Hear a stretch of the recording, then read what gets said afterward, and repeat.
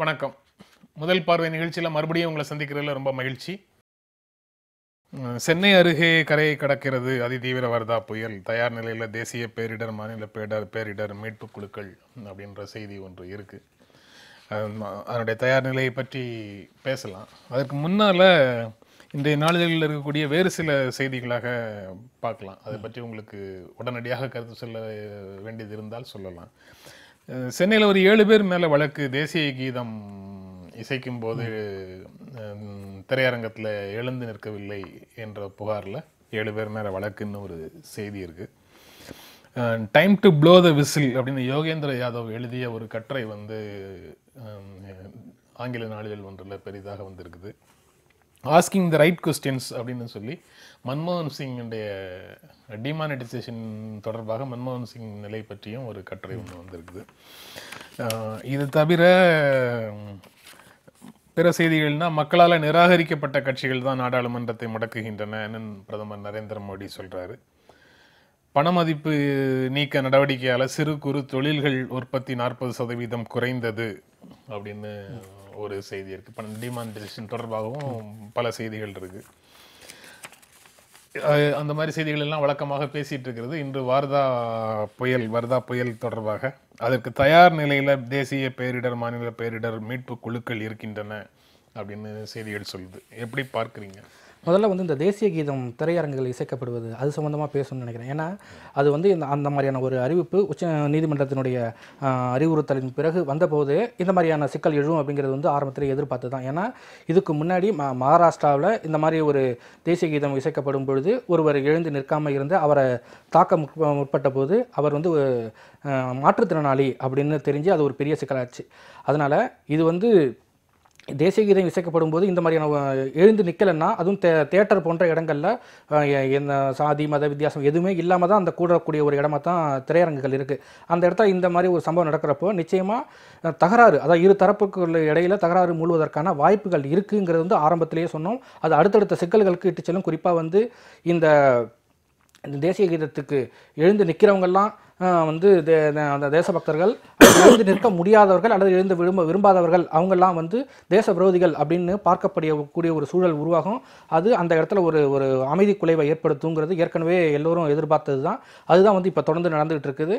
ஒவ்வொரு இடங்களில் இது ஒரு செய்தி வந்திருக்குது. ஏற்கனவே இது தொடர்பான ஒரு செய்தி வந்திருக்கு. இதெல்லாம் யோசித்து தான் உச்சநீதிமன்றம் இந்த மாதிரியான ஒரு அறிவுறுத்தலை செஞ்சுருக்கணும். எனக்கு அதில் முழு உடன்பாடு இல்லை அப்படிங்கிறது என்னுடைய பார்வை. 75, 76, 75 ரேஞ்சில் 74, 75 வருட வாக்கில் அபூர்வ ராகங்கள்னு இயக்குனர் கே பாலச்சந்தருடைய ஒரு திரைப்படம் வந்தது. அந்த திரைப்படத்தில் இது மாதிரி ஒரு காட்சி இருக்கு. தேசிய கீதம் இசைக்கப்படும் போது எல்லா இளைஞர்களும் மாணவர்களோ இளைஞர்களோ ஒரு இடத்துல மரியாதை செலுத்திட்டு இருப்பாங்க. அந்த கூட்டத்தில் ஒரே ஒருவர் மட்டும் கடலை மாதிரி ஏதோ ஒன்று சாப்பிட்டு இருப்பார். அட்டென்ஷன்ல நின்றுட்டே சாப்பிட்டு இருப்பார். அவரை கமலஹாசன் அதுக்கு பிறகு அடிப்பார். அவமரியாதை செய்ததாக, தேசிய கீதத்துக்கு அவமரியாதை செய்ததாக அவர் அடிப்பார். 74, 75 உண்டான ஒரு திரைப்பட காட்சி பின்னால மிக முக்கியமான இதாக மாறுது. தேசபக்தி கொண்ட ஒரு ஆங்கிரி யங்மேனை அவர் ப்ராஜெக்ட் பண்ணியிருக்காரு. ஆனால் இந்த நீதிமன்றங்கள் நீதிமன்ற வழக்குகள் தொடரும் போது அந்த சமயத்தில் இசைக்கணும், தேசிய கீதம் இசைக்கணுங்கிற விஷயத்தை வேறு பார்வையில் பார்க்குறாங்கிறதையும் நம்ம சேர்த்து பார்க்க வேண்டியதாக இருக்குது. சென்னை அருகே கரையை கடக்கிறது அதிதீவிர வர்தா புயல். தயார் நிலையில தேசிய பேரிடர், மாநில பேரிடர் மீட்பு குழுக்கள் அப்படின்னு சொல்றாங்க. கடந்த வருட மழை வெள்ளம் அனுபவத்தில் இருந்து இன்று அரசு இயந்திரம் தயார் நிலையில இருக்குது. அந்த அனுபவத்திலிருந்து பாடம் கற்றுக்கொண்டது அரசு இயந்திரம் அப்படின்னு சொல்லணுமா? இல்ல மக்களும் கூட இன்று ஓரளவு தயார் நிலையில இருக்கு. இன்றைக்கு ஊடகங்கள் மக்கள் எப்படி இதை எதிர்கொள்ள வேண்டும் அப்படிங்கிற அறிவுறுத்தல்களை மக்களுக்கு தொடர்ந்து வெளியிட்டு இருக்கு. நியூஸ் 18 தொலைக்காட்சி அதை சிறப்பான முறையில் செய்துட்டு இருக்கிறதையும் பார்க்கிறோம். பாதிப்பு அதிகமாக இருக்கக்கூடிய பகுதி என்று எதிர்பார்க்கக்கூடிய பகுதிகளிலிருந்து, தாழ்வான பகுதிகளிலிருந்து மக்கள் இடம்பெயர செய்து வேறு பாதுகாப்பான இடங்கள்ல அமர செய்திருக்கிறார்கள் அப்படிங்கிறதும் செய்தியாக இருக்கு. எப்படி பார்க்குறீங்க அந்த ஏற்பாடுகளை? நம்மளோட சமூகம் நினைவுகளில் வாழும் சமூகம் அப்படின்னு சொல்லுவாங்க. என்னை பொறுத்த வரைக்கும் நினைவுகளில் வாழும் சமூகம் அப்படின்னு கொடுக்கறத விட அனுபவங்களின் ரீதியாக செயல்பட வேண்டிய சமூகம் அப்படின்னு நான் பார்க்குறேன். குறிப்பாக கடந்த டிசம்பர் மாதம் ஒரு பெருவெள்ளம், அதன் காரணமாக சென்னை மட்டுமில்லை நெல்லை, விழுப்புரம் போன்ற மாவட்டங்கள், கடலூர் மாவட்டங்கள் மிகப்பெரிய அளவில் பாதிக்கப்பட்டது. அதன் காரணமாக ஒரு மிகப்பெரிய ஒரு அமைதி குலைவு ஏற்பட்டுச்சு. என்ன மாதிரியான விளைவுகள் ஏற்படும், குறிப்பாக சென்னை வந்து மூழ்கிடுச்சு அப்படின்னு சொல்லக்கூடிய அளவுக்கு சென்னையில் இருந்தவங்க, சென்னையில் இருக்கக்கூடியவர்களுடைய உறவினர்கள், வெளி மாவட்டங்கள் இருக்கக்கூடிய உறவினர்கள்லாம் பயந்து போகிற அளவுக்கு மிகப்பெரிய அளவில் ஒரு ஆபத்து ஏற்பட்டுச்சு. கிட்டத்தட்ட அதே போன்ற ஒரு சூழ்நிலை இந்த முறையும் ஏற்படுமோ அப்படிங்கிற ஒரு அச்சம் வந்து அதுக்கான மாற்று ஏற்பாடுகள், அதை தடுப்பதற்கான நடவடிக்கைகள், முன்னெச்சரிக்கை நடவடிக்கை எல்லாருமே எடுத்திருந்தாலும் கூட அந்த பயம் அப்படிங்கிறது மிகப்பெரிய அளவுக்கு ஒரு வகையில் பயம் கூட நம்மளை பாதுகாப்பதற்கான ஒரு முயற்சியாக தான் நான் பார்க்குறேன். ஏன்னா வந்து எப்படி போன டிசம்பரில் ஆனது போல் இந்த டிசம்பர் ஆகிடக்கூடாதுங்கிறதுக்காக என்ன விதமான சேஃப்டி மெஷர்ஸை எடுக்கணும்னு ஒவ்வொரு தனி மனுஷனும் கூட எடுக்க ஆரம்பிச்சு. அரசாங்கம் ஒரு பக்கம் எடுத்துக்குது. பொதுவாக கடந்த முறையெல்லாம் வெளியில் வந்து பேசாத வருவாய்த்துறை அமைச்சர் உதயகுமார் போன்றவர்கள்லாம் இப்போ வந்து ஆணையர் அதிகாரிகளோட உட்காந்து ப்ரெஸ் மீட்டில் நீண்ட நேரம் பேசுகிறாங்க. என்ன மாதிரியான நடவடிக்கைகள்லாம் நாங்கள் எடுத்திருக்கோம், நீங்கள் எப்படிலாம் செயல்படணும் அப்படிங்கிறதுக்கான விஷயங்கள்லாம் வந்து நேரடியாக பேசுகிறாங்க. இது வந்து ரொம்ப ஆரோக்கியமான விஷயம். அதே போல் ஒவ்வொரு தனி மனுஷனும் குறிப்பாக நேற்று 4 மணிக்கெல்லாம் வந்து கடத்தல்கள்லாம் மிகப்பெரிய அளவில் கூட்டம், அன்றாட பொருட்களை வந்து அத்தியாவசிய பொருட்களை வாங்கக்கூடிய அளவுக்கு அதை சேமித்து வைத்துக் கொள்வதற்கான நடவடிக்கை, இந்த மாதிரி நடவடிக்கைகளை பொதுமக்களே ஈடுபடுவதற்கான வாய்ப்புகள் இருக்குது. இன்னும் போன ஒரு வருஷத்தில் பல வீடுகள் கீழிருந்து தரைமட்டத்தில் இருந்தக்கூடிய வீடுகள் உயர்த்தி கட்டப்பட்டது வந்து பல இடங்களில் அது நடந்திருக்கு. இதெல்லாம் தனிப்பட்ட முறையில் செஞ்ச விஷயம். அரசாங்கம் இதில் எந்த அளவுக்கு செஞ்சிருக்குங்கிறத வந்து அரசாங்கம் வந்து இன்னும் கொஞ்சம் தெளிவுபடுத்தணும். வணக்கம் ஆவடிக்குமார், எங்களோடு இணைந்ததற்கு நன்றி. சென்னை அருகே கரையை கிடக்கிறது வர்தா புயல்.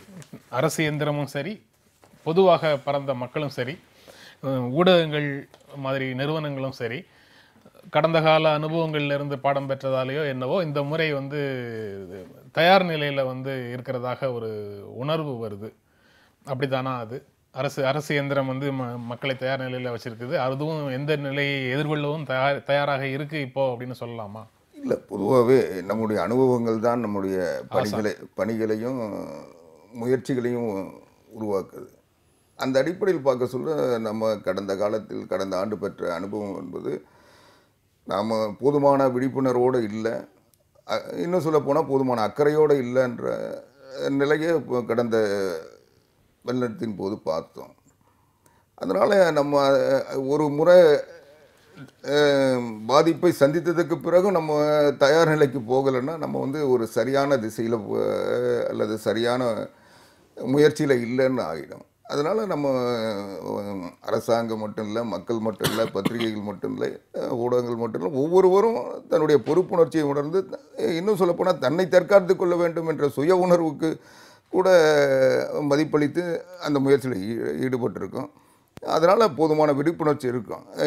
ஆனால் அதே சமயம் நம்ம நாடா புயல் வர சொல்லி இதை விட அதிகமான பாதுகாப்பு உணர்வோடு தயார் நிலையில் இருந்தோம். அது நடக்கலை. அதனால் இது வந்து நம்ம தற்காத்து கொள்வதற்கு முயற்சி, அது ஒரு சில நேரங்களில் அது வீண் முயற்சியாகவும் மாறிட்டு இருக்கு. இருந்தாலும் நம்ம அதை முயற்சியில் ஈடுபடாமல் இருக்க முடியல. முயற்சிகளை வந்து வீண் முயற்சின்னு சொல்லிட முடியுமா? ஒருவேளை பாதிப்பு அதிகமாக நேர்ந்ததுன்னா நம்ம தயாரி நிலையில் இல்லாமல் முயற்சி எடுக்காம இருந்தால் அது வந்து மிக கொடுமையான விளைவுகள் உருவாக்கிறோம். ஆனால் அதே நேரம் நம்ம முழு தயாரிப்போட அல்லது தயார் நிலையில் இருந்தும் அப்படி ஒரு நிகழ்வு நடக்கலைன்னா அது வந்து வீண் முயற்சியாக தான். நம்ம தயார் நிலையில இருக்கோம், முயற்சிகள் எடுக்கிறோங்கிறதுக்காகவே ஒரு பாதிப்பு, ஒரு பேரிடர் வரணும்னு அவசியம் இல்லை. தயார் நிலையில இருந்தா பேரிடர் எதிர்பார்க்கிற அளவுக்கு வரணுன்றது இல்லை, ஒரு அதுக்கான அறிகுறி கூட இல்லாமல் போயிடுது சில நேரங்களில். அதனால இது என்ன ஆகுதுன்னா ஒரு தவறான சமிக்கையை உருவாக்குது.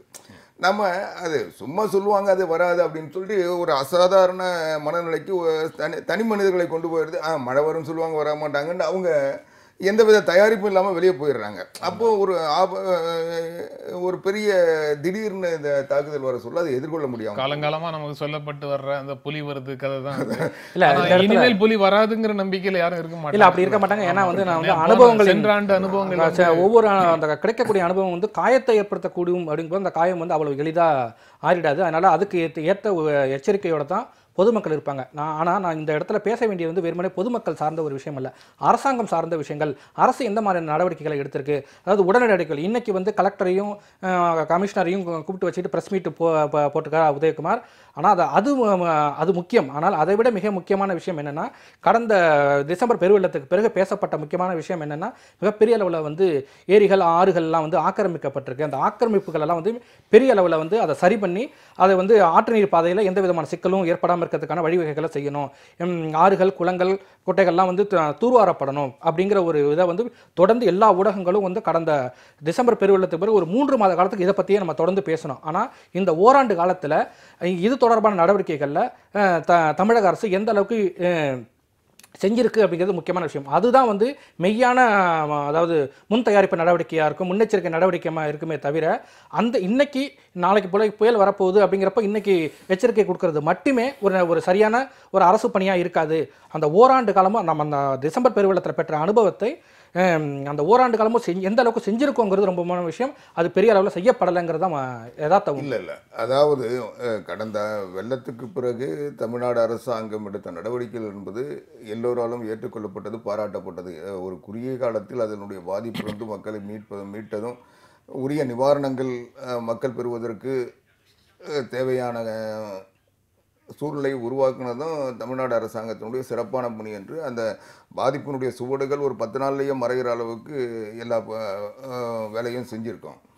அதற்கு பிறகு நீர்நிலை ஆக்கிரமிப்புகள் அகற்றுவதற்குரிய முயற்சிகள் எடுத்து இன்றைக்கி வந்து கூவம் நதியிலிருந்து அடையாறு நதியிலிருந்து எல்லாம் சீரமைக்கிறதுக்கு, அங்கே இருக்க ஆக்கிரமிப்புகள் அகற்றப்படுவதற்கு நடவடிக்கை எடுக்கப்பட்டு பல ஆக்கிரமிப்புகள் அகற்றப்பட்டிருக்கின்றன. சில இடங்களில் அங்கே வசிக்கின்ற மக்கள் இது தேவையில்லைன்னு இப்போ கூட போராட்டம் நடத்தி ஒரு மாதத்துக்கு முன்னே கூட ஒரு போராட்டம் நடத்தி அங்கே இருக்கிற மக்கள்லாம் எங்களை வந்து எங்கேயோ கொண்டு போகிறீங்க, 40 கிலோமீட்டருக்கு அந்த பக்கம் நாங்கள் குடி போக தயாராக இல்லை, எங்களுடைய வாழ்வாதாரம் பாதிக்குதுன்னு சொல்லி போராடினதையும், அதுக்கு ஒரு சிலர் அவங்களுடைய வாழ்வாதாரத்தினுடைய தேவை கருதி ஆதரவு தெரிவித்ததையும் நம்ம பார்த்தோம். ஆக அதில் நீதிமன்றங்களுக்கும் போயிருக்காங்க சிலர். இப்படி ஒரு சில பிரச்சனைகள் இருக்கிறது. அந்த பிரச்சனைகள் அந்த பாதிப்பு வருகின்ற நேரத்தில் ஒட்டுமொத்தமாக எல்லாம் அதெல்லாம் வந்து பார்க்கக்கூடாது, நம்ம வந்து அரசாங்க நடவடிக்கை எடுக்கணும்னு சொல்லிடுறோம்.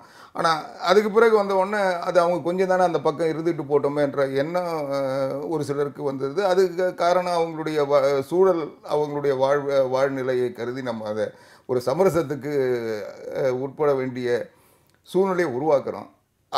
அதனால காலதாமதம் ஆகுத ஒழிய நடவடிக்கைகள் முழுமையாக எடுக்கப்பட்டிருக்கிறது. நான் இன்னும் சொல்லப்போனால் எடுத்துக்கொண்டிருக்கிறார்கள். அதனால் எந்த பிரச்சனையும் இல்லை. வந்து ஓரளவுக்கு அரசாங்கம் என்பது ஒரு ஜனநாயக நாட்டில் ஒரு மென்மையோடு தான் எல்லா தரப்பையும் பாதிப்பு ஏற்படாமல் நடவடிக்கை எடுக்க முடியும். அதை தான் இன்றைக்கி தமிழ்நாடு அரசாங்கம் செஞ்சுக்கிட்டு இருக்கு. ஆரம்பத்தில் நீங்கள் பேசும்போது சொன்னீங்க, ஒரு ஸ்லிப் ஆஃப் தி டங்கா தெரியல, அக்கறை இல்லாமலும் இருந்தோம் அப்படின்னு சொன்னீங்க. சென்ற முறை மழை வெள்ளம் வரும்போது எதிர்பார்ப்பு தயார் நிலை இல்லாமல் இருந்தோங்கிறத தாண்டி அக்கறை இல்லாமலும் இருந்தோங்கிற ஒரு உணர்வை நீங்கள் வெளிப்படுத்தினீங்க. அது எந்த உணர்வில் சொன்னீங்கிறது எனக்கு புரியல. இப்போவும் 1 வாரம் 10 நாளில் வந்து அதனுடைய விளைவுகளை தாண்டி வந்துட்டோம் அப்படின்னு சொன்னீங்க. அதுவும் வந்து விவாதத்துக்குரிய ஒரு விஷயம்தான். மழை வெள்ளம் முடிந்து 1 வாரம் 10 நாளில் வந்து உணர்வு இல்லை, நான் அக்கறை இல்லைன்னு சொல்லலை, தாண்டி வந்துட்டோன்னு சொல்லலை. அந்த பாதிப்பு நாம் எதிர்பார்த்ததை விட கூடுதலாக இருந்தது என்பது உண்மை. கடந்த ஆண்டை பொறுத்த வரைக்கும் அந்த கூடுதலை வந்து எதிர்கொள்ள முடியாத நிலையில் இருந்திருக்கிறோன்றதான் உண்மை. அப்படி இருந்தாலும் அந்த பாதிப்புகள் இருந்து உடனடியாக வெளியே வந்திருக்கோம். அந்த பாதிப்புகள் நீடிக்க விடாமல் அல்லது அந்த பாதிப்பினுடைய சுவடுகள் உடனடியாக அகற்றப்பட்டிருக்கின்றனுடைய பொருளே வந்து நடவடிக்கை வேகமாக எடுத்து அந்த எவ்வளோ பாதிப்பு கூடுதலாக வந்ததோ அந்த பாதிப்பை உடனடியாக எதிர்கொள்கின்ற சூழ்நிலையை நம்ம உருவாக்க முடியல. ஏன்னா அது திடீர் வந்தது. ஆனால் அதுக்கு பிறகு அந்த பாதிப்பு வந்து மீட்பதற்குரிய தேவைகளை செஞ்சிருக்கோம். அது திரும்பவும் வந்து போன ஜனவரியில் பேசின விஷயங்களை இப்பவும் பேச வேண்டியது வருது அப்படின்னு தான் நான் யோசிக்கிறேன். நிச்சயமா ஒரே ஒரு உதாரணம் மட்டும் நான் சொல்கிறேன். பதிப்புத்துறை, நான் சார்ந்திருக்கக்கூடிய பதிப்புத்துறை ஐயா வந்து எல்லாருமே வந்து மிக ஒரு வார காலத்தில் எல்லாமே மீண்டு எழுந்து வந்துட்டோம் அப்படின்னு. ஓராண்டு காலம் ஆகியும் சென்னையில் இருக்கக்கூடிய பதிப்பகங்கள், குறிப்பாக சென்னையில் தான் வந்து அதிக அளவில் பதிப்பக அலுவலகங்கள்லாம் இருக்குது. அவங்கள இன்னும் ஓராண்டு ஆழம் ஆகியும் கூட இன்னமும் அவங்களாம் மீண்டு எழுந்து வரலைங்கிறது தான் யதார்த்தம். எல்லா துறையும் பாதிக்கப்பட்டிருக்கிறது. ஆனால் அது எல்லாமே ஒரு வாரத்திலேயோ அல்லது 10 நாள்லையோ மீண்டு எழுந்து வந்துட்டாங்க அப்படிங்கிறதுல இது வந்து சேதத்தின் மதிப்பை நம்ம ரொம்ப குறைச்சி மதிப்பிடுறதை நான் பார்க்குறேன். சேதம் வந்து மிக அதிகம், அதில் எந்த விதமான சந்தேகமும் இல்லை. அதை சரி செய்வதற்கு அல்லது மீண்டும் ஒரு முறை நடந்தால் அதை எதிர்கொள்வதற்கான நடவடிக்கைகளை எந்த அளவுக்கு அரசு எடுத்திருக்கிறது அப்படிங்கிறத இந்த இடத்துல முக்கியமான கேள்வி. தவிர நிச்சயமாக வந்து ஒரு வார காலத்திலேயோ ஒரு மாத காலத்திலேயோ இந்த சேதத்திலிருந்து மக்கள் மீண்டு வரல. இதை நான் சென்னைக்கு மட்டுமே சொல்ல, கடலூர் உள்ளிட்ட எல்லா மாவட்டங்களையும் சேர்த்தே தான் சொல்கிறேன். இல்லை நான் மீண்டு வர்றன்றது என்ன பொருளை சொல்கிறேன்னா, இயல்பு நிலைக்கு திரும்பி இழப்பை தாங்கிக் கொள்ளக்கூடிய மனநிலையில், அது தாங்கிக்கூடிய மனநிலை மட்டும் இல்லை, சூழ்நிலையும் பலருக்கு இருக்கு. ஆமா, அடுத்த வேலைக்கு என்ன செய்யறதுங்கிற நிலைமை வரும்போது அடுத்த வேலையை நோக்கி நகர அதனால அதை வந்து நம்ம இயல்பு வாழ்க்கைக்கு திரும்பிட்டாங்கன்னு சொல்ல முடியுமாங்கிறது மட்டும்தான் நிச்சயமா. அதாவது ஒரு பாதிப்பு என்பது ஒரே ஒரு சின்ன நிகழ்வை வச்சு சொல்ல முடியாது. எல்லாத்தையும் ஒட்டுமொத்தமா சேர்ந்து ஒரு ஸ்தம்பிச்சு போற நிலையை தான் வந்து பார்த்தோம்.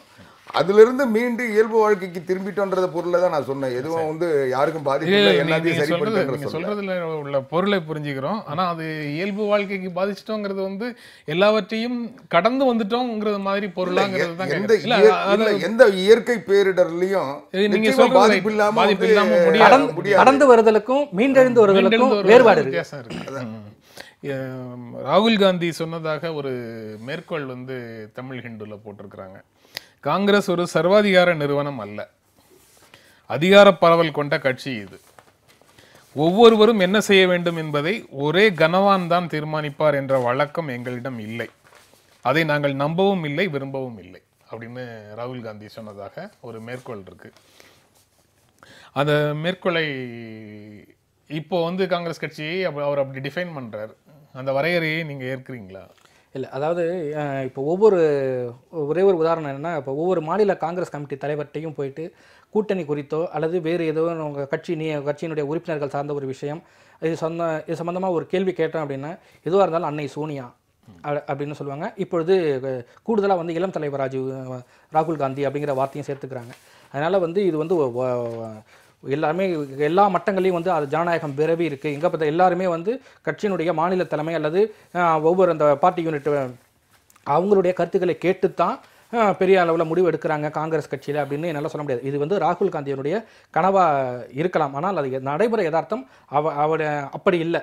வேறு கட்சிகளோட ஒப்பீடு செய்யும் பொழுது இது ஓரளவுக்கு ஜனநாயகம் இருக்கக்கூடிய கட்சியாக இருந்தாலும் முழுக்க ஜனநாயகத்தின் தழைத்தோங்கும் கட்சியாக மட்டுமே என்னால் காங்கிரஸ் கட்சியை பார்க்க முடியல. நீங்கள் எப்படி பார்க்குறீங்க? அதாவது சர்வாதிகார நிறுவனம் இல்லை, அதிகார பரவல் கொண்ட கட்சி இது. ஒவ்வொருவரும் என்ன செய்யணுங்கிறத யாரோ ஒரே ஒரு கனவான் மட்டும் தீர்மானிப்பாருங்கிற வழக்கம் எங்கள்கிட்ட இல்லை. அதுக்கப்புறம் உண்டான 2 வரி வந்து ரொம்ப முத்தாய்ப்பாக இருக்குது. இதை நாங்கள் நம்பவும் இல்லை, விரும்பவும் இல்லை. ஒரே கனவான் தான் எல்லா விஷயங்களையும் முடிவு செய்வாருங்கிற ஒரு போக்கை நாங்கள் நம்பவும் இல்லை, அதை நாங்கள் விரும்பவும் இல்லை அப்படின்னு ராகுல் சொல்றாரு.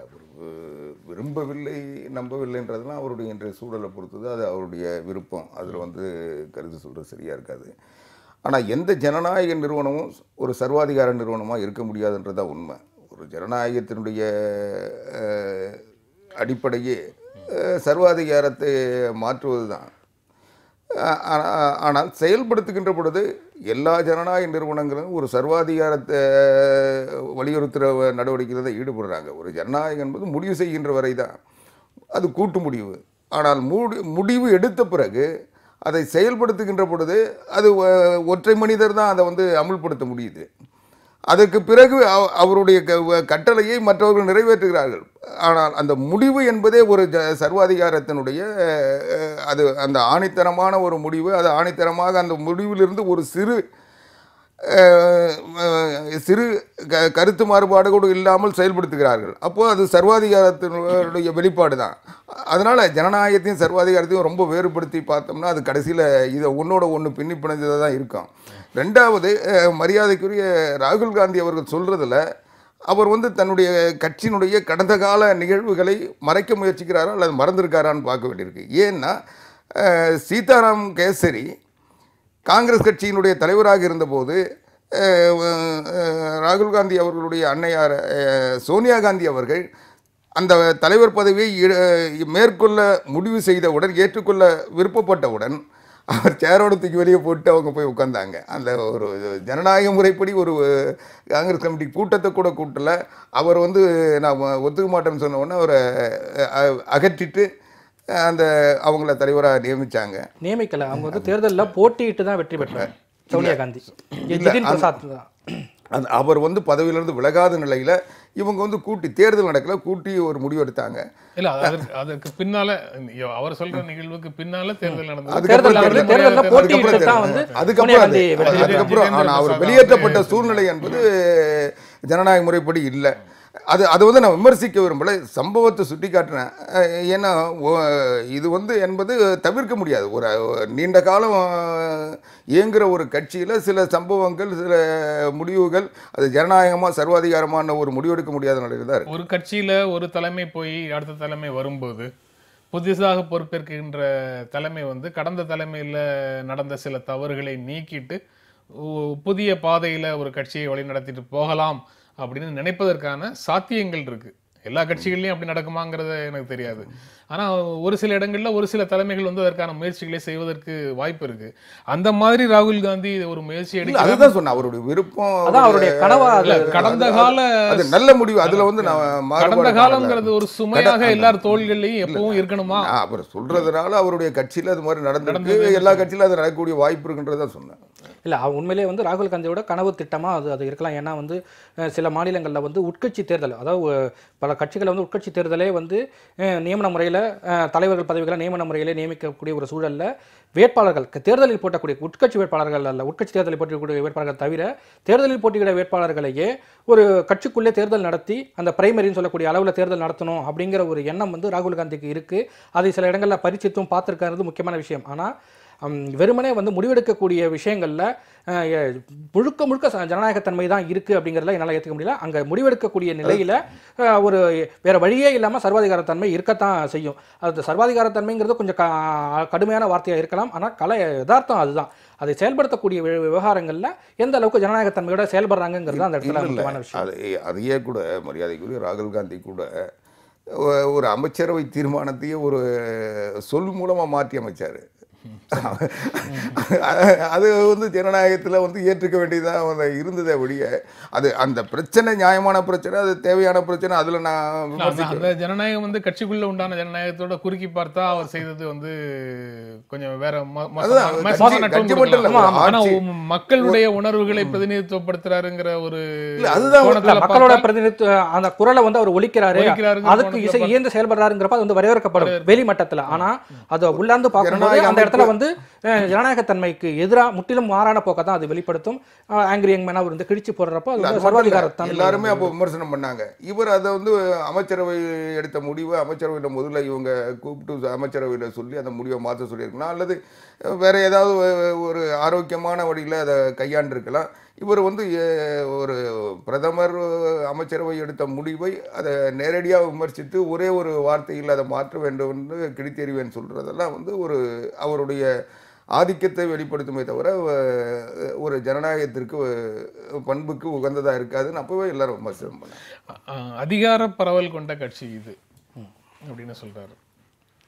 அதிகார பரவல் அப்படிங்கிறது வந்து என்ன, அதிகார குவிப்பு, அதுக்கு நேர் எதிராக அதிகார பரவல், எல்லோருக்குமான உரிமைகள் கொடுக்கறது. குறிப்பாக வந்து ஒரு ஒரு தேசிய அகில இந்திய அமைப்பிலிருந்து அந்த அதிகாரம் வந்து கீழ் மாநில அளவில் அது எந்த அளவுக்கு விரிவடைந்து செல்லுது, அவங்களுக்கு முடிவெடுக்கக்கூடிய அதிகாரத்தை எந்த அளவுக்கு வந்து கொடுத்துருக்கு கட்சி தலைமை, அதாவது தேசிய தலைமை எந்த அளவுக்கு கொடுத்துருக்குங்கிறத வச்சு தான் வந்து அதிகார பரவலை வந்து நம்ம நிர்ணயம் செய்ய முடியும்.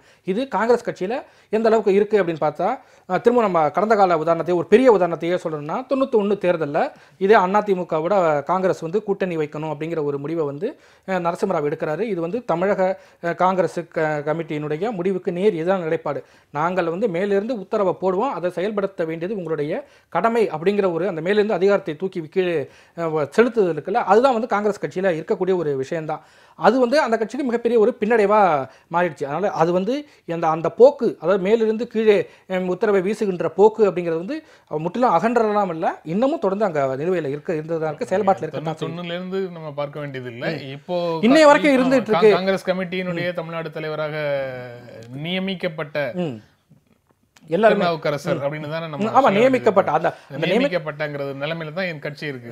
ஆனா மாணவர் காங்கிரஸ்லயோ இளைஞர் காங்கிரஸ்லயோ முறையாக தேர்தல் நடத்தி தேர்தலில் தேர்ந்தெடுக்கப்பட்டவர்கள் எல்லா இடங்கள்லயும் தலைவர்களாக இருக்காங்க. அதற்கான முன்முயற்சியை ராகுல் காந்தி எடுத்திருக்காரு. அதுதான் அவருடைய பொறுப்புல இருக்கக்கூடிய அமைப்புகள்ல அவர் அந்த முயற்சிகள்ல எடுத்திருக்கிறாரு அப்படிங்கிறதையும் சேர்த்தே ஆமா, பார்க்கணும். நிச்சயமா. அதனால தான் சொன்னா ஒருவேளை அவர் வந்து காங்கிரஸ் கட்சியினுடைய தலைவராக பொறுப்பேற்கும் போது கட்சிக்குள்ளும் இன்றைக்கு அவர் சொல்லியிருக்கக்கூடிய விஷயங்களைப் போல பல விஷயங்கள் நடைமுறைப்படுத்துவதற்கான வாய்ப்பு இருக்கு. ஏன்னா அவருடைய கனவு அது அப்படிங்கிறப்போ வந்து பேரன்பாடியிலையும் அதை இப்போதைக்கு வந்து அந்த மற்ற கிளை அமைப்புகளில் வந்து அதை அவர் வந்து செய்கிறாரு.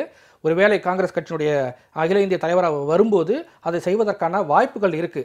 ஆனால் அது வந்து அதை எந்த அளவுக்கு இது நாள் வரை வேறு நியமனங்களுக்கு மட்டுமே பழக்கப்பட்டு போன மாநில தலைவர்கள் அதை எப்படி ஏற்றுக்குவாங்க அப்படிங்கிறது மிக மிக முக்கியமான கேள்வி. அந்த மனநிலை வந்து நமக்கான முடிவை யாரோ ஒருத்தர் எடுத்து கொடுப்பாங்க, நம்ம அதை செயல்படுத்துவோங்கிற மனநிலை தான் இருக்கோ என்னவோ தெரியல. அதுக்கு பழகி போனவங்களுக்கு வந்து இருப்பாங்க. அதிகாரம் கொடுக்கக்கூடிய ஜனநாயக வழிமுறைகள் அவங்களுக்கு வந்து பிடிக்காம கூட இருக்கலாம். ஏன்னா வந்து இது வந்து சுலபமா இருக்கலாம். தேர்தல் உள்கட்சி தேர்தல் அப்படிங்கிறலாம் சந்திக்காம யாருக்காகவும் தொண்டர்களை திரட்டாம வெறுமனே லாபி மூலமாவே நம்ம வந்து நியமனம் பெற்று தலைவர் ஆயிடலாம் அப்படிங்கிற ஒரு சோம்பேறித்தனம் கூட தலைவர்களுக்குள்ள பழகி போயிருக்கலாம். அப்போ ராகுல் காந்தி பெரிய முடிவை எடுக்கும் போது அதற்கு எதிரான நிலைப்பாடு கூட வருவதற்கு வாய்ப்புகள் இருக்கு. வேறு ஏதோ ஒரு சூழல்ல வேறு ஏதோ ஒரு காரணத்துக்காக சொன்ன ஒரு சொற்றொடர் வந்து நினைவுக்கு வருது. அதை நான் இங்க பகிர்ந்துக்கிறேன். ஆனா அது வந்து இதோட தொடர்புபடுத்தி பார்க்க வேண்டியதில்லை, அல்லது இன்று நடக்கக்கூடிய வேறு விஷயங்களோடு தொடர்புபடுத்தி பார்க்க வேண்டியது இல்லைங்கிற டிஸ்க்ளைமரோட அதை சொல்றேன். நரகத்துக்கு போகிற பாதை கூட நல்ல எண்ணத்தோட நல்ல நோக்கத்துக்காக உருவாக்கப்படுவது அப்படின்னு சொல்லுவாங்க.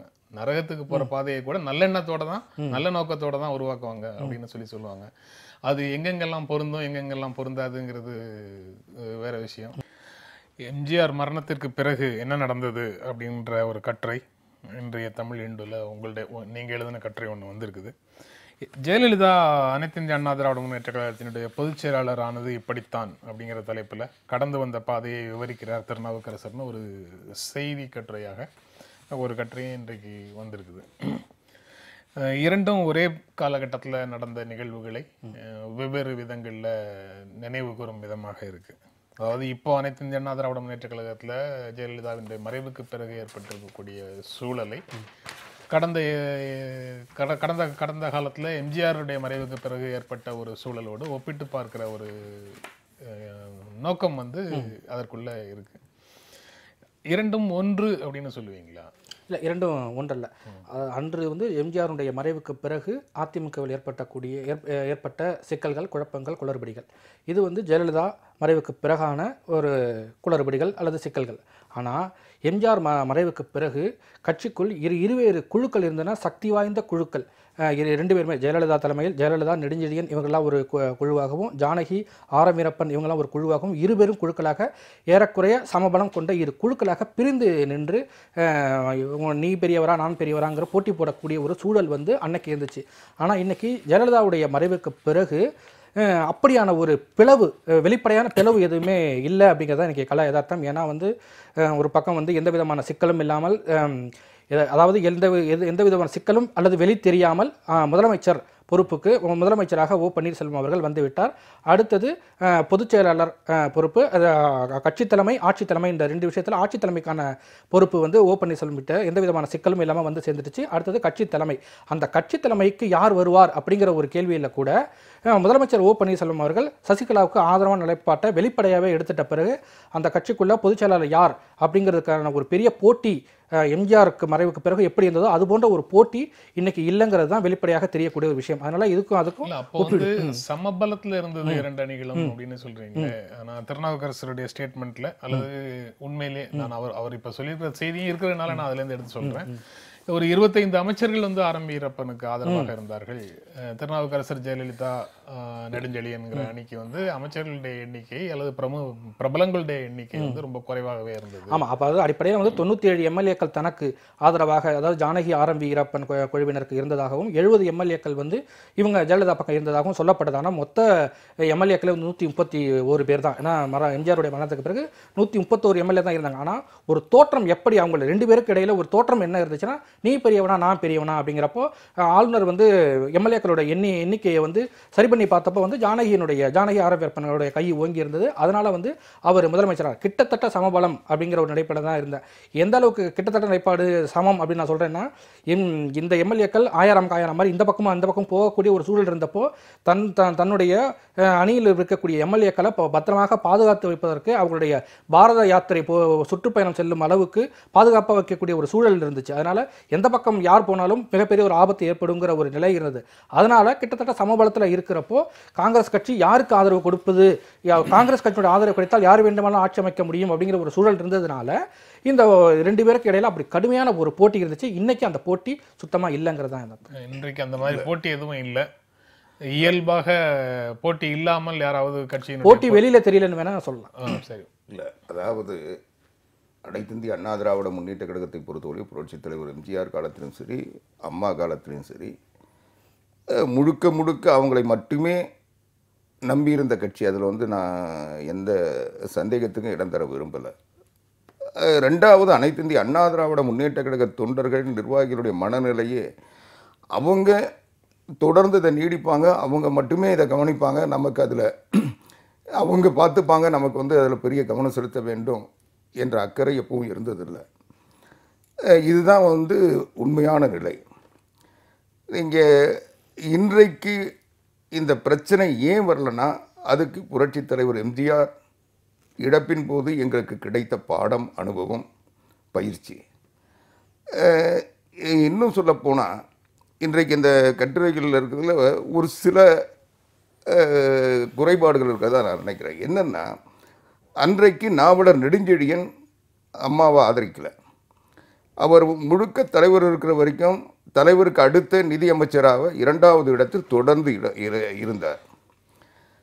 அது மட்டும் இல்லாமல் புரட்சித் தலைவர் எம்ஜிஆர் இறந்தார் என்ற செய்தி வந்தவுடன் நாவலர் நெடுஞ்செழியன் அடுத்த நிலையில் முதலமைச்சராக பதவி பிரமாணம் பெற்றார். அவர் மட்டுமே பதவி பிரமாணம் செய்து வைக்கப்பட்டார். அப்போது ஒரு பொறுப்பு அமைச்சரவை, அரசியல் சட்ட நெருக்கடிகள் ஏற்படாமல் இருப்பதற்காக சட்டப்படி எப்படி பெருஞ்சர் அண்ணா அவர்கள் மரணத்தின் போது நாவலர் நெடுஞ்செழியன் உடனடியாக அன்று இரவை பதவி ஏற்றுக்கொண்டாரோ அதை போல ஏற்றுக்கொண்டார். அப்போது அதுக்கு அடுத்த நிலை, இந்த தற்காலிக அமைச்சரவை தொடரக்கூடாது, அதுதான் அரசியல் சட்டம். அப்போது ஒரு சட்டப்படியான ஒரு அமைச்சரவை அமைக்கப்பட வேண்டும், இந்த இடைக்கால ஆட்சி தொடரக்கூடாது என்ற ஒன்று நிலை வருகின்ற பொழுது எந்த பெரும்பான்மை கட்சியினுடைய சட்டமன்ற தலைவர் தேர்வு செய்யப்பட்டு அவர் முதலமைச்சராக உரிமை கோருகின்ற பொழுது ஆளுநர் அதை பதவி பிரமாணம் செய்து வைக்க வேண்டும். அதுதான் சட்டத்தினுடைய நிலை, கவர்னருடைய நிலை. அப்போது சட்டமன்ற கட்சி தலைவராக இல்லாமலே நாவலர் நெடுஞ்செழியன் பதவி ஏற்றுக்கிட்டாரு.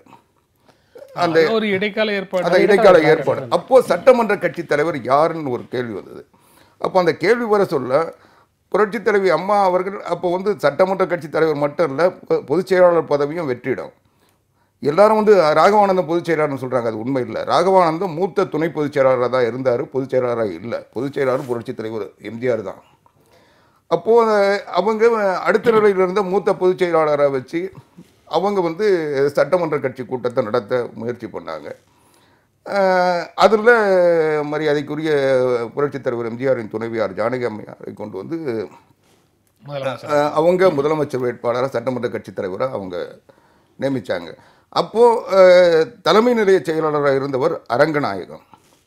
தலைமை நிலைய செயலாளரை வச்சு கூட்டம் கூட்டி அந்த கூட்டத்தில் நாவலர் நெடுஞ்செழியனை சட்டமன்ற கட்சி தலைவராக ப்ரப்போஸ் பண்ணாங்க.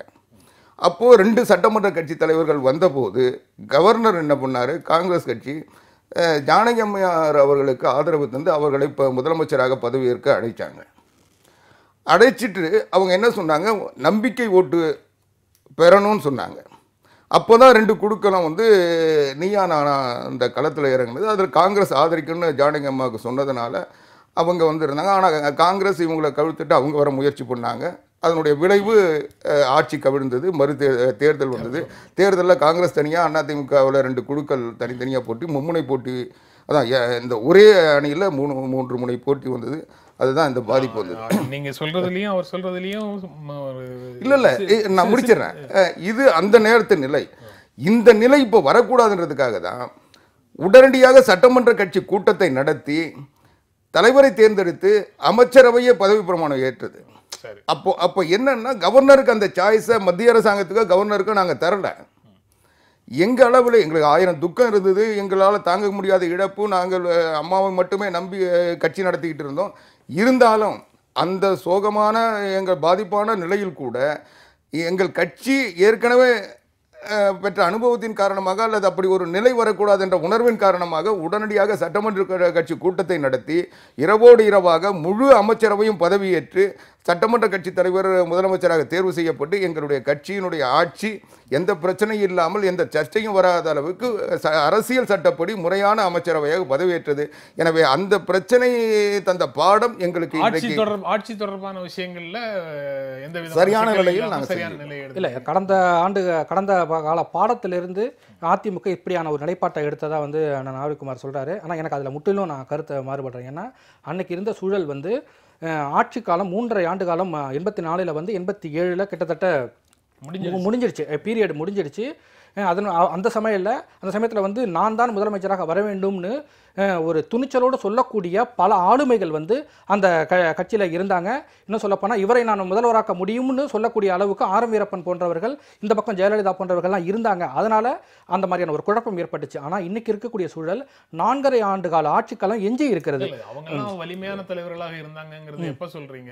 எம்ஜிஆருடைய மறைவுக்கு பிறகுதான் சொல்றீங்க. ஆமா, எம்ஜிஆர் அது வரைக்கும் அதுதான் அந்த இடத்துல எம்ஜிஆருடைய மறைவுக்கு பிறகு அரசுடைய மேற்கோளாக சொல்லணும்னா அது வரைக்கும் அவர் ஒண்ணு மற்றவங்க எல்லாம் 0. ஆனா அவர் போன பிறகு ஆட்சி அமைப்பதற்கான முயற்சிகள் 2 கட்சியிலும் ஈடுபடுறாங்க இல்லையா? அது அவங்க அந்த அந்த அந்த எம்எல்ஏக்கள் தன் வசம் இருக்கிறார்கள் அப்படிங்கிற ஒரு நம்பிக்கை கொடுத்த பலத்தின் அடிப்படையில் தான் அந்த கோரிக்கையை வந்து அங்கே முன்வைக்கிறாங்க. ஆனால் இன்னைக்கு 4.5 ஆண்டு கால ஆட்சி காலம் இன்னமும் எஞ்சி இருக்கிறது. அதனால வந்து ஒரு தேர்தலில் போட்டியிட்டு மிகப்பெரிய அளவில் வெற்றி பெற்று வந்த பிறகு 4.5 ஆண்டு கால பதவியை வந்து யாருமே சுலபத்தில் விட்டு கொடுத்துட மாட்டாங்க. அதுவும் கூட இந்த இடத்துல வந்து அவங்களுடைய ஒற்றுமைக்கு மிக மிக முக்கியமான காரணமே தவிர கடந்த கால பாடம் அப்படிங்கிறத என்னால் ஏற்க முடியல. 4.5 ஆண்டு கால ஆட்சி காலங்கிறது தான் அவங்களுடைய ஒற்றுமைக்கான உந்து சக்தியாக நான் பார்க்குறேன். இல்லை அதுல ஒரு பகுதி உண்மையார்கள், அதை வந்து நான் மறுக்கல. ஆனாலும் என்னன்னா கடந்த பாடங்களை எங்களை பக்குவப்படுத்தி இருக்கிறது, பண்படுத்தி இருக்கிறது, நெறிப்படுத்தி இருக்கிறதுன்னு சொல்றேன். ஏன்னா எந்த சூழ்நிலையும் நம்ம இந்த சோகமான சூழ்நிலையை அரசியலில் மற்றவர்கள் பயன்படுத்தி விடுவார்கள் அல்லது நமக்குள் ஒரு ஒன்றுபட்டால் உண்டு வாழ்வுங்கிறது 4.5 ஆண்டுகள். 4.5 ஆண்டுகளா 40 ஆண்டுகளான்றத வரலாறு சொல்லும். அது வந்து இப்போதைக்கு பிரச்சனை இல்லை. ஆனால் நாங்கள் வந்து ஆட்சியை எந்தவித பிரச்சனையும் இல்லாமல் யாருக்கும் இடம் தராமல் காப்பாற்றி இருக்கிறோம். காப்பாற்றுறது வேற, ஆனா யாருக்கும் வாய்ப்பு தராம அவங்க என்ன முயற்சி பண்ணாலும் நாங்க வந்து உறுதியா இருந்து யாருக்கும் வாய்ப்பு தராம திரும்ப சொல்லும் போது யார் அந்த வாய்ப்புக்காக காத்திருந்தாங்க? எல்லாரும் காத்திருப்பாங்க. அரசியல்ல எல்லாரும் முயற்சி பண்ணுவாங்க. ஒரு வெற்றிடம் வருகின்ற பொழுது அந்த வெற்றிடத்தை நிரப்புவதற்கு எல்லோரும் முயற்சிப்பது என்பது அரசியல். அதுல வந்து நடக்காதுன்னு வந்து சொல்ல முடியாது, நடக்கும்னு எதிர்பார்த்திருக்க முடியாது. ஆனா நடக்கணும், அதை எதிர்பார்த்து வந்து பயணப்படுறது தான் பாதுகாப்பு. இன்றைக்கு ஒரு செய்தி இருக்குது ஒரு நாளிதழ்ல,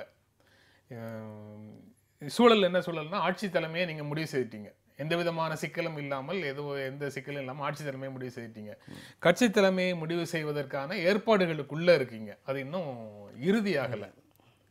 இந்த நேரத்தில் 2 அதிகார மையங்கள், ஆட்சி தலைமை கட்சி தலைமைன்னு சொல்லி 2 அதிகார மையங்கள் இருப்பது தமிழ்நாட்டினுடைய முன்னேற்றத்தை பாதிக்கும் அப்படின்னு பாரதிய ஜனதா கட்சியினுடைய தேசிய செயலர் ஹெச் ராஜா சொல்றாரு. அதாவது நான் அதை விமர்சிக்க விரும்பல, ஆனா விமர்சிக்காம இருக்க முடியாத சூழ்நிலையை நீங்க உருவாக்குறீங்க. கேள்வி கேட்ட பதில் சொல்லிதான். ஏன்னா சரி நான் முடிச்சிடுறேன். இன்னைக்கு பாரதிய ஜனதா கட்சி எப்படி இருக்கு? ஆட்சி தலைமையும் கட்சி தலைமையும் ஒன்னா இருக்கா? எனக்கு தெரியல, அதான் கேட்டேன். சரி, முரண்பட்டதாக இல்லங்கிற பதிலா முரண்பாடுன்றது எதை சொல்றீங்க? ஒரு முரண்பாடு இங்க வருங்கிறதுக்கான சூழல் என்னன்னு அடுத்தாப்புல கேட்டீங்கன்னா அதுக்கு நம்ம ராஜாட்ட தான் திரும்ப பதில் கேட்டு. இல்ல, ஏன்னா நான் அந்த அளவுக்கு அவரை இது ஒண்ணு சர்ச்சைக்கு கொண்டு வர விரும்பல. இன்னைக்கு அமித்ஷா தான் கட்சியினுடைய தலைவர், நரேந்திர மோடி பிரதமர். ஆட்சி தலைமை என்றது நரேந்திர மோடி கிட்ட தான் இருக்கு, கட்சி தலைமை என்றது அமித்ஷா கிட்ட தான் இருக்கு. அதனால இது ஒன்றும் புதிய இது இல்லை. இன்னும் கேட்டா பல நேரங்கள்ல அப்படிதான் இருந்திருக்கு, அது எல்லா கட்சிகளும் இருந்திருக்கு. கட்சி தலைமையும் ஆட்சி தலைமையும் 2 அதிகார மையங்கள்னு பாரதிய ஜனதா கட்சியுடைய அமைப்பை வந்து அவர் சொல்லல, ஆனா இங்க வந்து சொல்றாரு. அனைத்து இந்திய அண்ணா திராவிட முன்னேற்ற கழகம் அதுதான் சொல்ல வரேன். ரெண்டாவது கட்சி தலைமை என்பது கட்சி தலைமை தான் முடிவெடுக்க முடியும். கட்சியினுடைய நடவடிக்கைகள், கட்சியினுடைய இன்னும் சொல்ல போனால் கட்சி தலைமை ஃபார்ம் கொடுத்தா தான் சின்னமே கொடுப்பாங்க. சரி, நினைக்கிறேன்னா கூட அது வேணும். அது எங்களை மாதிரி உள்ளுக்குள்ள நடக்கிற விஷயங்கள் முழுமையாக தெரியாத அல்லது அரசியல்ல களத்துல இருந்து செயல்படக்கூடியவர்களுக்கு தெரிஞ்சிருக்கிற விஷயங்கள் பல தெரியாத, வெளியில இருந்து பார்க்கக்கூடிய நபர்களுக்கு உள் விவகாரங்கள் அதிகமாக தெரியாது. அதனால ராஜாவோட கருத்து கூட என்னன்னு முழுமையாக எங்களுக்கு தெரியுமாங்கிறது தெரியல. அதனாலதான் உங்களை போன்ற அரசியல்வாதிகளிடத்துல கருத்து கேட்கறதுக்கு நிலைமையில இருக்கிறோம். ஆட்சி தலைமை முடிவாயிடுச்சு. ஓ பன்னீர்செல்வம் தான் முதலமைச்சர்னு முடிவாயிடுச்சு. அது அடுத்த 4 ஆண்டுகளுக்கும் அவர் தானா, இல்ல அதுவும் இடைக்கால ஏற்பாடா, சில மாதங்கள்ல மாறுமா என்னங்கிறதெல்லாம் தெரியாது. ஆனா ஆட்சி தலைமையை முடிவு செய்துட்டீங்க. அதிமுக முடிவு செய்திருச்சு. கட்சி தலைமை இன்னும் முடிவு செய்யப்படாமல் இருக்குது. இந்த நேரத்துல 2 அதிகார மையங்கள் தமிழ்நாட்டின் முன்னேற்றத்தை பாதிக்கும்னு ஒரு கருத்து வந்ததுன்னா, அது ராஜா சொல்றாரா அல்லது வேற யாரையும் சொல்றாங்களோ அது பிரச்சனை இல்லை. அப்படின்னா என்ன அர்த்தம்னா, ஏற்கனவே முடிவு செய்த ஆட்சி தலைமையே அவர் கையிலேயே கட்சி தலைமையையும் கொடுக்கணும்னு ஒரு பொருள் இல்ல. பாரதிய ஜனதா ஒரு பொருள் அல்லது கட்சி தலைமை யாரிடம் போகுதோ அவங்க ஆட்சி தலைமையையும் ஏற்கணும்னு ஒரு பொருள். நிச்சயமா பாரதிய ஜனதா கட்சி இதனுடைய தேசிய பொதுச்செயலாளர் ஹெச் ராஜா எழுப்பிய கேள்விக்கு அண்ணன் ஆவடி குமார் அவர்கள் ஒரு பதில் சொல்வதற்கு அல்லது அதை சர்ச்சைக்குள்ளாக்க விரும்பவில்லைன்னு சொல்லும்போதே மிக ஜாக்கிரதையாக அவர் அந்த பாஜகவினுடைய ஒவ்வொரு கருத்தையும் மிக ஜாக்கிரதையாக எதிர்கொள்ளும் போதே அவர் திரும்ப அவருடைய கையை முறுக்கிறதுல அர்த்தம் இல்லைன்னு நினைக்கிறேன். ஆனால் எனக்கு மிக தெளிவாக தெரியுது இல்லை, அவருடைய கருத்தை சர்ச்சைக்குள்ளாக்க விரும்பவில்லை அப்படிங்கிறத திரும்ப சொல்றாரு. இதில் 2 விஷயம் இருக்குது. ஒன்று, பாரதிய ஜனதா கட்சி இந்த ஆட்சி தலைமைக்குள்ள ஆட்சி தலைமை அல்லது கட்சி தலைமையில் யார் இருக்கணும் அப்படிங்கிறத ஒரு மறைமுக சமிகை கொடுக்கறதா நான் பார்க்குறேன். ஏன்னா கட்சி தலைமையில் ஆட்சி தலைமை இந்த 2 இதில் யார் இருந்தாலும் தமிழகத்துக்கு முன்னேற்றத்துக்கு என்ன தேவையோ அதை செய்ய வேண்டியது மத்திய அரசினுடைய கடமை தானே. அதில் எந்த விதமான சிக்கலும் இல்லை. இன்னொன்று, அதிமுகவை பொறுத்த வரைக்கும் கட்சி தலைமை ஆட்சி தலைமையுமே 2 ஒரே ஒருத்தையும் குவிஞ்சு இருந்திருக்கு, தனித்தனியாகவும் இருந்திருக்கு. ஏன்னா எம்ஜிஆர் காலத்துங்கள்லாம் அவர் ஒன்ஸ் முதலமைச்சராக பதவியேற்ற பிறகு 3 பொதுச்செயலாளர்கள் வெவ்வேறு காலகட்டங்களில் வந்திருக்காங்க. குறிப்பாக முதல்ல பாபு சண்முகம், நெடுஞ்செழியன், அதன் பிறகு ராகவானந்தம். இவங்க 3 பேர் முதலமைச்சராக எம்ஜிஆர் இருக்கும்போது கட்சியினுடைய மிகப்பெரிய பொறுப்பான பொதுச் செயலாளர் பொறுப்பில் 3 பேர் வெவ்வேறு காலகட்டங்களில் இருந்திருக்காங்க. ஆனால் ஜெயலலிதாவுடைய பீரியடில் தொடர்ந்து கட்சி தலைமை ஆட்சி தலைமை ஒரே இடத்துல தான் இருந்திருக்கு. இந்த கட்சியினுடைய ஆட்சி தலைமை கட்சி தலைமை 2மே ஒரே இடத்துல இருக்கிறத தான் தொடர்ந்து நீட்டிக்க பாஜக விரும்புது. அதிமுக விரும்புதா விரும்பவில்லையாங்கிறது 2வது கேள்வி. இன்னைக்கு மத்திய அரசு அல்லது பாரதிய ஜனதா கட்சி ஒருவேளை இவங்க கட்சி தலைமை ஆட்சி தலைமை 2மே ஒருத்தட்டவே இருக்கணும் அப்படிங்கிற ஒரு சமிகையை அதிமுக தலைமைக்கு கொடுக்குதோ அப்படிங்கிற ஒரு சந்தேகத்தை தான் எனக்கு எழுப்புது. அப்படி ஒரு சமிக்ஞையை கொடுக்குது அப்படின்னு சொல்லுவாங்க. கட்சியினுடைய அதிமுக இன்றைக்கு எப்படி வேணாலும் முடிவெடுக்கலாம். அதற்கான வழிகாட்டுதலுக்கு 2 உதாரணங்களும் இருக்கு. எம்ஜிஆர் காலத்துல உண்டான உதாரணமா இருக்குது, ஜெயலலிதா காலத்துல உண்டான உதாரணமும் இருக்கு. ஜெயலலிதா காலத்துல 2ஐயும் அவங்களே கையில வச்சிருந்தாங்க. எம்ஜிஆர் முதலமைச்சரான உடனே பொதுச் செயலாளர் பொறுப்பை இன்னொருத்தருக்கு கொடுத்தாரு. ஏன்னா நேத்திலாம் பத்திரிகைகள்ல ஒரு வித செய்தி வருது. என்ன அப்படின்னா, சசிகலா பொதுச் செயலாளராக வருவதற்கு சில சட்ட சிக்கல்ங்கிறது கட்சியினுடைய பைலாவுக்குள்ள சில சிக்கல்கள் இருக்கிறதா நேற்று ஊடகங்களில் செய்தி அது வாட்ஸ்அப்லலாம் கூட தொடர்ந்து வந்துட்டு இருக்கு. என்ன அப்படின்னா, கட்சியினுடைய பொதுச் செயலாளராக வருவர் அல்லது கட்சி பதவிக்கு போட்டியிட விரும்புபவர் 5 ஆண்டுகள் தொடர்ந்து அந்த கட்சியினுடைய உறுப்பினராக இருக்க வேண்டும் அப்படின்னு. ஆனால் இந்த சசிகலாவுக்கு 2012 தான் அவங்க திரும்பவும் கட்சியில் சேர்க்கப்பட்டிருக்காங்க. அந்த 5 ஆண்டு கால அந்த காலகட்டங்கிறது ஏப்ரல் மாதம் தான் அந்த காலகட்டங்கிறது நிறைவடையுது. அதனால் ஏப்ரல் மாதம் வரைக்கும் அவங்க தேர்தலில், அதாவது கட்சி உட்கட்சி தேர்தலில் போட்டியிட முடியாது அப்படிங்கிற ஒரு சூழல் இருக்கிறதா தொடர்ந்து பத்திரிகைகளில் நேற்று செய்திகள் வந்திருக்கு. அதே சமயத்தில் அந்த விதியை தளர்த்துவதற்கான உரிமை பொதுச் செயலாளருக்கு தான் உண்டு. பொதுச் செயலாளர் பதவி காலியாக இருக்கும்போது அந்த பொதுச் செயலாளருக்கான அந்த விதிகளை தளர்த்தக்கூடிய உரிமை இங்கே யாருக்கும் இல்லை அப்படிங்கிறது தான் யதார்த்தம். ஆனால் கட்சி விதி 2 விஷயங்களை தெளிவாக சொல்லுது. ஒன்று, ஜெனரல் செக்ரட்டரி அதிமுகவினுடைய பொதுச் செயலாளர் இல்லாத பட்சத்தில், இந்த ஆப்சன்ஸ் இல்லாத பட்சத்தில் அவருக்கான அதிகாரங்கள் எல்லாமே துணை பொதுச் செயலாளருக்கு இருக்கும், உண்டு. அதன்படி அவரை விதிகளை தளர்த்த முடியுங்கிறது ஒரு செய்தி. இன்னொரு செய்தி, இந்த 5 ஆண்டுகள் அந்த கால இடைவெளிங்கிறது தேர்தலில், அதாவது இது யாருக்கு அப்ளை ஆகும் அப்படின்னா, அந்த கட்சியினுடைய அதிகாரப்பூர்வ வேட்பாளரை எதிர்த்து போட்டியிட்டு அதன் காரணமாக ஒழுங்கு நடவடிக்கை எடுக்கப்பட்டவருக்கு மட்டும்தான் பொருந்துமே தவிர வேறு காரணங்களுக்காக கட்சியில் நீக்கப்பட்டவருக்கு பொருந்தாதுங்கிறது அதிமுகவுடைய பைலாவில் தெளிவாக சொல்லியிருக்கு. இன்னைக்கு இருக்கக்கூடிய சூழல்ல சசிகலா பொதுச் செயலாளராக வருவதற்கான எந்த விதமான தடையும் பைலா படி இல்லைங்கிறது தான். பிறகு வந்ததுல இருந்து கணக்கு எடுக்க வேண்டியது இல்ல, ஆரம்பத்துல இருந்தே கணக்கு எடுத்துக்கலாம். அதனால இல்ல அது வந்து உட்கட்சி தேர்தல், அதாவது அதிமுகவினுடைய அதிகாரப்பூர்வ வேட்பாளரை எதிர்த்து போட்டியிட்டு அதன் காரணமாக நீக்கப்பட்ட உறுப்பினர்களுக்கு மட்டும்தான் அந்த விதி பொருந்தும். அப்படி நடக்கலங்கிறப்போ ஆட்டோமேட்டிக்கா வந்து இல்ல அது மட்டும் இல்ல. இன்னொரு செய்தியை நான் சொல்லணும். எந்த அதிமுகவின் சட்ட விதிகளின்படி எந்த முடிவையும் மாற்றுவதற்கும் புதிய முடிவுகளை எடுப்பதற்கும் முழுமையான அதிகாரம் பொதுச் செயலாளருக்கு இருக்கு. அதுதான். அதனால தான்